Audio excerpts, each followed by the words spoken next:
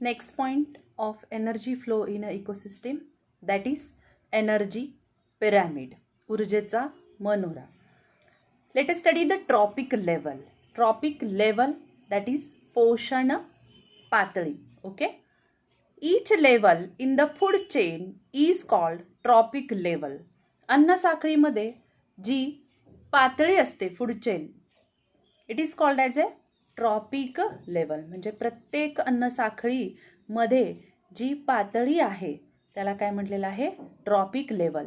A trophic level is the step at which the organism obtain its food in the chain. या पोषण पातळीला प्रत्येक सजीव काय करतो? आपलं अन्न काय करतो? त्या चेनमधून, फूड चेन, अन्न साखळीमधून प्रत्येक सजीव या ट्रॉपिक लेवलला आपलं अन्न मिळवत असतो. The amount of matter and energy gradually decreases from producers at lowest level to top consumer at highest level.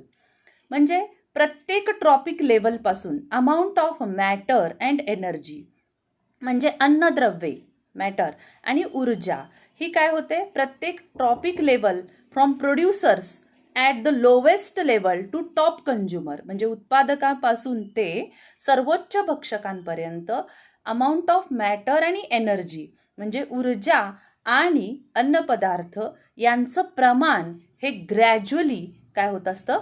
क्रमाक्रमानं कमी होत असतं. ओके. आता इथं जे डायग्रॅम दिलेले आहे 7.3 ट्रॉपिक लेवल, याच्यामध्ये काय दिलेलं आहे बघा? All producers in the ecosystem, that is a plant. म्हणजे जे प्रोड्युसर्स आहेत ते सगळे काय म्हटलेले आहेत? वनस्पती, ऑटोट्रॉफिक. ओके. त्यांचं प्रमाण हे सर्वात जास्त आहे फूड चेनमध्ये. त्यांची संख्या ही सगळ्यात जास्त आहे. म्हणजे हा जो पिरॅमिड दिसतोय याच्या बेसला प्रोड्युसर्स आहेत, म्हणजे त्यांची संख्या सर्वात जास्त आहे. त्यानंतर herbivores which feeds on the producers, तृणभक्षी प्राणी की जे प्रोड्युसर्सवरची, उत्पादकांवरती अन्नासाठी अवलंबून आहेत. ओके. त्यांची संख्या त्याच्यापेक्षा थोडीशी कमी आहे. That is it is in the food chain they are present in the first trophic level. ते प्रथम पोषण पातळीला आहेत. का? कारण ते काय करतात? प्रोड्युसर्सवरती फीड करतात. सेकंड, दॅट इज कार्निव्होर्स म्हणजे काय? मांसभक्षी प्राणी की जे हर्बिव्होर्सवर फीड करतात. Okay. They are present on the second trophic level. त्यांची संख्या हर्बिव्होर्सपेक्षा कार्निव्होर्सची संख्या काय आहे? कमी आहे आणि त्यांची पोषण पातळी काय आहे? Second trophic level. ओके. त्यानंतर omnivores they are present at the third trophic level की जे उभयहारी प्राणी आहेत, जे तृणभक्षी पण आहेत आणि मांसभक्षी पण आहेत, त्यांची तृतीयक पोषण पातळी म्हणजे थर्ड ट्रॉपिक लेवल असं म्हटलेलं आहे. म्हणजे हा पिरॅमिड जो आहे याच्यामध्ये producers are in the large number and their number decreases gradually at the top of the omnivores. म्हणजे जसं आपण वरती जाऊ तसं त्यांचं काय होतंय? संख्या हळूहळू कमी होते. That is Lindeman in 1942 studied the food chain and energy flow through. Lindeman, introduction to the scientist असं म्हटलेलं आहे बघा, शास्त्रज्ञांचा परिचय. 1942 मध्ये लिंडमॅन नावाचे जे शास्त्रज्ञ आहेत त्यांनी काय केलं? फूड चेन आणि एनर्जी फ्लो म्हणजे अन्न साखळी आणि त्याच्यातून जो ऊर्जेचा प्रवाह आहे, how the energy is transmitted to the food chain, याचा अभ्यास केला. Charles Elton, a British scientist, first proposed the concept of ecological pyramid. आणि पहिल्यांदा इथं इकॉलॉजिकल पिरॅमिड, ऊर्जेचा मनोरा जो आहे त्या मनोऱ्याचा पहिलं कन्सेप्ट जो आहे तो पहिल्यांदा चार्ल्स एल्टन यांनी मांडला. तो in 1927 after the study of the tundra ecosystem of the Bear Island in England. म्हणजे इंग्लंडमध्ये जे टुंड्रा इकोसिस्टीममध्ये जे अस्वल आहे त्यांचा अभ्यास केला आणि त्याच्यावरनं त्यांना ऊर्जेचा मनोरा मांडला. Hence this pyramid is also called as a Eltonian pyramid. म्हणजे हा जो पिरॅमिड आहे एनर्जी पिरॅमिड याला इल्टॉनियन पिरॅमिड असं सुद्धा संबोधलं जातं बघा. थिंक अबाउट इट, विचार करा. What happens to the energy during its a transfer from producers to apex consumer. म्हणजे जेव्हा एनर्जी पिरॅमिडमध्ये किंवा ट्रॉपिक लेवलमध्ये जेव्हा प्रोड्युसर्स उत्पादकांपासून ते अपेक्स कंझ्युमर म्हणजे सर्वोच्च भक्षकांपर्यंत जेव्हा ऊर्जेचं स्थानांतरण होतं, ऊर्जा ट्रान्सफर होते, त्यावेळेला त्या ऊर्जेचं काय होतं? Does it remains trapped in the apex consumer? ती एनर्जी ही अपेक्स कंझ्युमर सर्वोच्च भक्षकामध्ये ट्रॅप म्हणजे अडकून राहते का? Does it remains in the body of apex consumer till it's death? का ती ऊर्जा त्या सर्वोच्च भक्षकाच्या मृत्यूपर्यंत टिल इट्स डेथ पर्यंत ती अडकून राहते? याच्यावरती विचार करायचा. बघा, आता प्रोड्युसर्स पासून ते अपेक्स कंझ्युमर पर्यंत ही जी ऊर्जा आहे ती ट्रान्समिट होत असते. ती कशी ट्रान्समिट होते? तर producers that is autotrophs make their food by the process of photosynthesis by using the abiotic factors like carbon dioxide, water and solar energy, and the energy is consumed by the that plants in the form of sunlight. म्हणजे actual source of energy आहे sun, and that by using the solar energy the food is prepared, and that food is used by the that is primary consumer, then secondary consumer, and then apex consumer. And when this food is eaten by primary consumer, that primary consumers get their energy from the food. त्या अन्नापासून ते ऊर्जा मिळवतात. आता त्या ऊर्जेचा वापर ते कशासाठी करतात? 2 कारणासाठी करतात.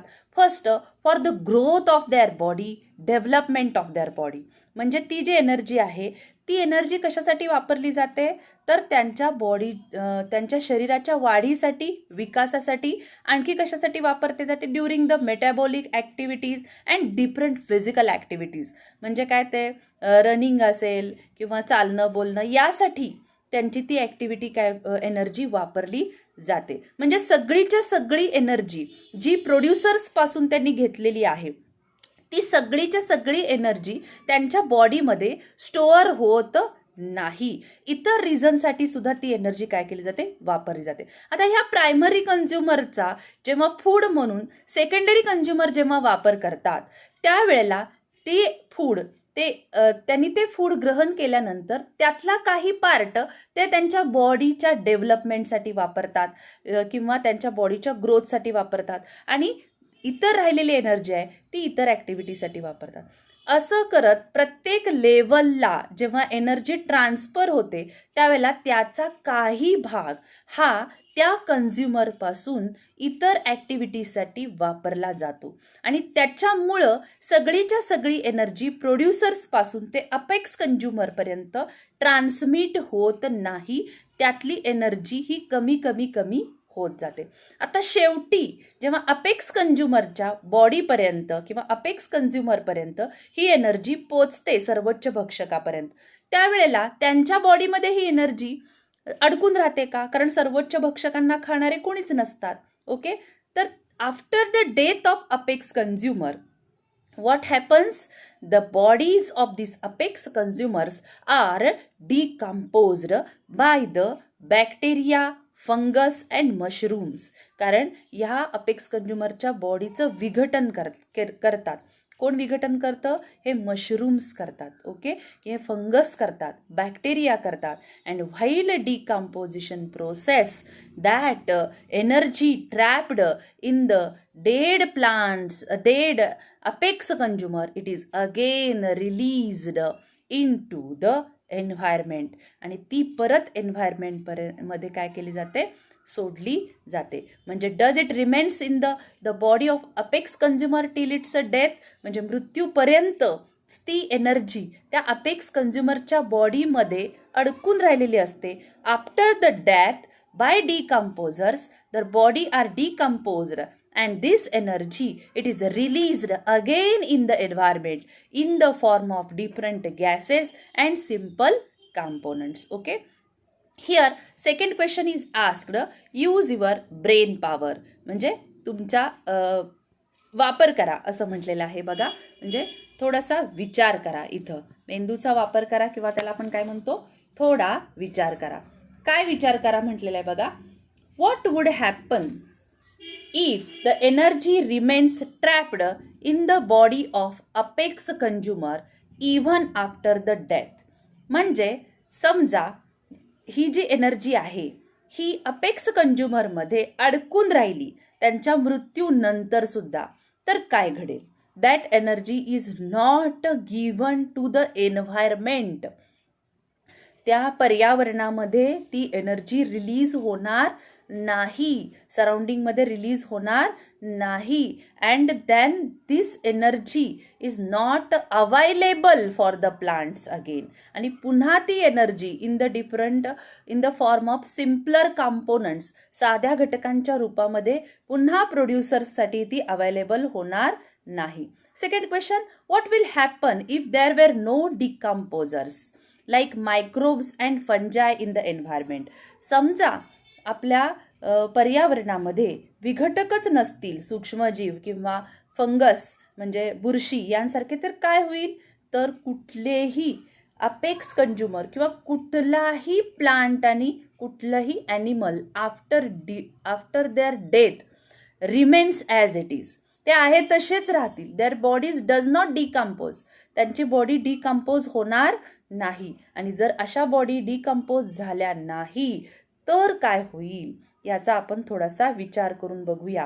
कारण मग आपल्याला इतक्या प्लांट्स आणि ॲनिमल्सच्या डेड बॉडीज या सराउंडिंगमध्ये सापडतील की आपल्याला राहायला फिरायला जागासुद्धा मिळणार नाही. लक्षात घ्या. आणि दुसरी गोष्ट काय होईल बघा, दुसरी गोष्ट अशी होऊ शकते की यांच्या डिकम्पोजिशनमुळं जी एनर्जी, जे सिम्पल कंपोनंट्स एन्व्हायरमेंटमध्ये रिलीज होणार आहेत, त्यामुळं ते रिलीज न झाल्यामुळं ते पुन्हा वनस्पतीसाठी अवेलेबल असणार नाहीत. आणि मग हे सिम्पल कंपोनंट्स अवेलेबल न झाल्यामुळं हे प्रोड्युसर्स चांगल्या पद्धतीनं अन्न तयार करू शकणार नाहीत. सो या पद्धतीचा विचार आपण इथं करायला पाहिजे. बघा, Figure 7.4 shows the energy transfer takes place at each tropic level. ही जी डायग्राम आहे ही काय करते? ही डायग्राम आपल्याला प्रत्येक ट्रॉपिक लेवलला एनर्जी किती ट्रान्सफर होते ती सांगते. There are different levels of energy exchange in the food chain. म्हणजे अन्न साखळीमध्ये अनेक आपल्याला इथं एनर्जी लेवल सापडतील, म्हणजे ऊर्जेच्या पातळ्या आपल्याला सापडतील. The initial quantity of energy goes on decreasing at every level of energy exchange. प्रत्येक ऊर्जेच्या पातळीला एनर्जी ही काय होत जाते? कमी कमी होत जाते. जसजसं आपण अधिक ऊर्जे पातळीकडून कमी ऊर्जे पातळीकडे किंवा या पिरॅमिडच्या बेस करून टॉप लेवलकडे जाऊ, तसतसं एनर्जीची क्वांटिटी ही काय होत जाते? कमी होत जाते. Similarly the number of organisms also decreases. ज्या पद्धतीनं एनर्जी कमी होत जाते त्या पद्धतीनं त्या सजीवांची संख्या ही सुद्धा काय होत जाते? कमी होत जाते. From the lowest level to the highest level. म्हणजे फायटोप्लँक्टॉन्स इथं वनस्पती ज्या आहेत त्यांची संख्या ही जास्त आहे आणि त्यांची एनर्जी सुद्धा किती आहे? 10,000 किलो कॅलरी. त्यांना कन्झ्युम करणारे झू प्लँक्टॉन्स म्हणजे प्राणी, त्यांची संख्या ही काय आहे? फायटोप्लँक्टॉन्सपेक्षा कमी आहे आणि एनर्जी सुद्धा त्यांच्याकडे कमी ट्रान्सफर झालेली आहे. बघा, 1000 किलो कॅलरी. त्याच्यापेक्षा कमी संख्या आहे फिशेस, मासे, त्याच्यामध्ये 100 किलो कॅलरी एवढीच एनर्जी ट्रान्सफर झालेली आहे. आणि सगळ्यात टॉपला ह्युमन आहे की त्यांच्याकडे फक्त 10 किलो कॅलरी ही काय केलेली आहे? एनर्जी ट्रान्सफर झालेली आहे. म्हणजे एनर्जी पिरॅमिडमध्ये बेसपासून लोअर टॉपिक लेवलपासून हायर टॉपिक लेवलला जसजसं जातो तसतसं काय होत जाते? एनर्जी ही कमी कमी ट्रान्समिट होत जाते. आणि त्याच पद्धतीनं लोअर टॉपिक लेवलपासून हायर टॉपिक लेवलला number of organisms is also decreases. बघा, this pattern of energy exchange in an ecosystem. आणि अशा पद्धतीनं हा जो पॅटर्न आहे की इकोसिस्टीममध्ये, परिसंस्थेमध्ये ऊर्जेचा प्रवाह जो आहे या पद्धतीनं त्याला पिरॅमिड ऑफ एनर्जी म्हणजे ऊर्जेचा मनोरा असं म्हटलेलं आहे. की ज्याच्या बेसला एनर्जी पिरॅमिडच्या फायटोप्लँक्टॉन्स आहे. It indicates their number is more and their energy is also more. Energy level सुद्धा त्याची काय आहे?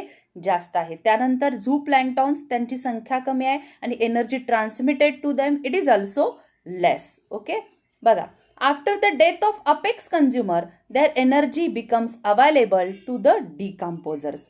म्हणजे ज्या वेळेला अपेक्स कन्झ्युमर जे आहेत या ठिकाणचे ह्युमन्स जेव्हा ते मरतात त्यावेळेला किंवा कुठलेही अपेक्स कन्झ्युमर तेव्हा त्यांची एनर्जी ही कोणासाठी उपलब्ध जाते? Decomposers, that micro organisms, fungus and mushrooms to they decompose the dead bodies of the apex consumer to get their food. त्यांचं अन्न मिळवण्यासाठी ते काय करतात? त्या बॉडीजना डिकम्पोज करतात. ओके, आणि डिकम्पोज करत असताना automatically they convert the complex constituents of their body into the simple substances, आणि त्यांचं रूपांतर ते साध्या घटकांमध्ये करतात.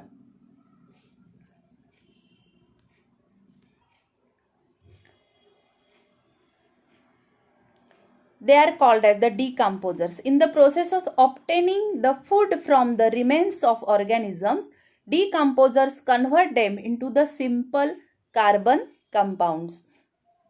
म्हणजे जे विघटक आहेत ते विघटक या अपेक्स कन्झ्युमरच्या बॉडीचं डिकम्पोजिशन करतात. ते डिकम्पोजिशन करत असताना ते त्यांचं अन्न मिळवत असतात आणि अन्न मिळवण्याच्या ह्या प्रक्रियेमध्येच त्यांचं रूपांतर डेड प्लांट्स आणि डेड ॲनिमल्स यांचं रूपांतर ते सिम्पल कार्बन कंपाऊंड्समध्ये करतात.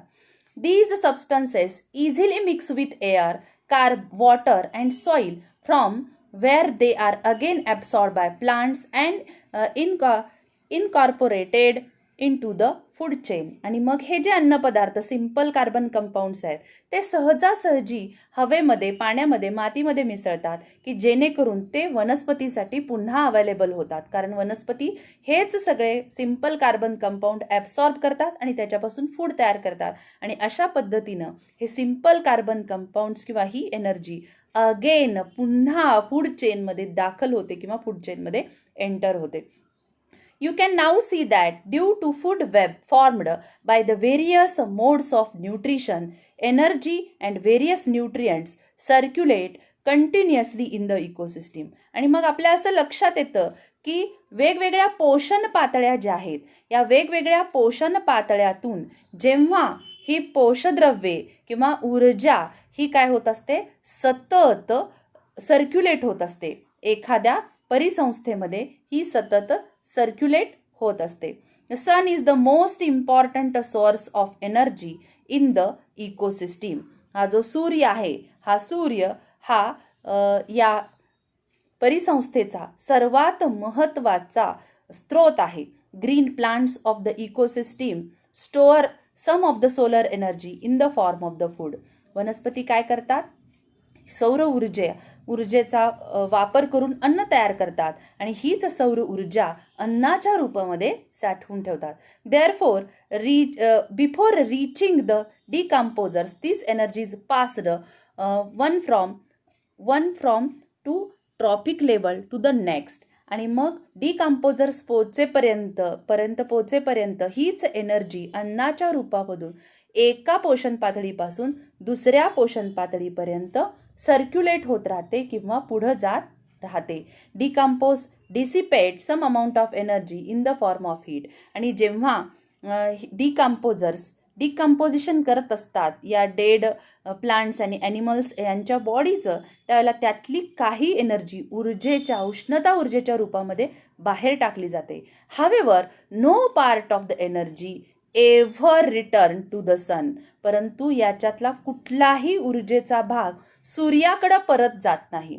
Once the producers trap the solar energy from the sun, it is transferred to one trophic level to another trophic level and it reaches to the decomposers. एकदा वनस्पतींनी सूर्याच्या रूपामध्ये सौर ऊर्जेच्या रूपामध्ये सौर ऊर्जा ही अन्नाच्या रूपामध्ये साठवून ठेवली की हे अन्न प्रत्येक पोषण पातळीकडून दुसऱ्या पोषण पातळीकडे फक्त पुढं जात राहतं. परंतु जेव्हा अपेक्स कन्झ्युमर्स किंवा सर्वोच्च भक्षकांपर्यंत ही ऊर्जा पोचते आणि त्यांच्यापासून डिकम्पोजिशर्सपर्यंत पोचते, after decomposition it is never returns to the sun. म्हणजे विघटन झाल्यानंतर विघटकांच्याकडून अपेक्स कन्झ्युमरचं ही ऊर्जा पुन्हा सूर्याकडे पोचत नाही. Hence such a passage of energy is referred as one way transferred. आणि अशा प्रकारे ऊर्जेचा जो प्रवाह आहे हा वन वे ट्रान्सफर्ड आहे. म्हणजे सूर्याकडून तो परत सूर्याकडे जात नाही, म्हणून याला काय म्हटलेलं आहे? वन वे ट्रान्सफर असं म्हटलेलं आहे. Okay, here use your brain power म्हणजे थोडासा विचार करा. Why are the number of tertiary consumer, apex consumer और apex carnivores always less than those of other consumer. सर्वोच्च भक्षकांची संख्या ही बाकीच्या कंझ्युमर्सपेक्षा ही कमी का असते याच्यावरती विचार करायला सांगितलं आहे. बघा, समजा सर्वोच्च भक्षकांची संख्या जर वाढली तर काय होणार आहे, प्रत्येक ट्रॉफिक लेवल ही काय होणार आहे, इथं डिस्टर्ब होणार आहे, इकोसिस्टीम डिस्टर्ब होणार आहे आणि balance of the environment it is also get disturb. The Indian institute of ecology and environment Delhi was established in 1980. 1980 मध्ये Indian institute of ecology and environment याची स्थापना झाली. And it is involved in mainly in research, training and arranging the workshop and seminars. त्याचं कार्य मुख्यतः संशोधन, त्यानंतर training आणि वेगवेगळे वर्कशॉप आणि सेमिनार अरेंज करणे. This institute has published the international encyclopedia of ecology and environment. आणि या इन्स्टिट्यूटनं काय केलेलं आहे, एक एन्सायक्लोपीडिया तयार केलेला आहे, विश्वकोश तयार केलेला आहे की ज्याच्यामध्ये इकॉलॉजी आणि एन्व्हायरमेंट याची सर्व माहिती दिलेली दिसते.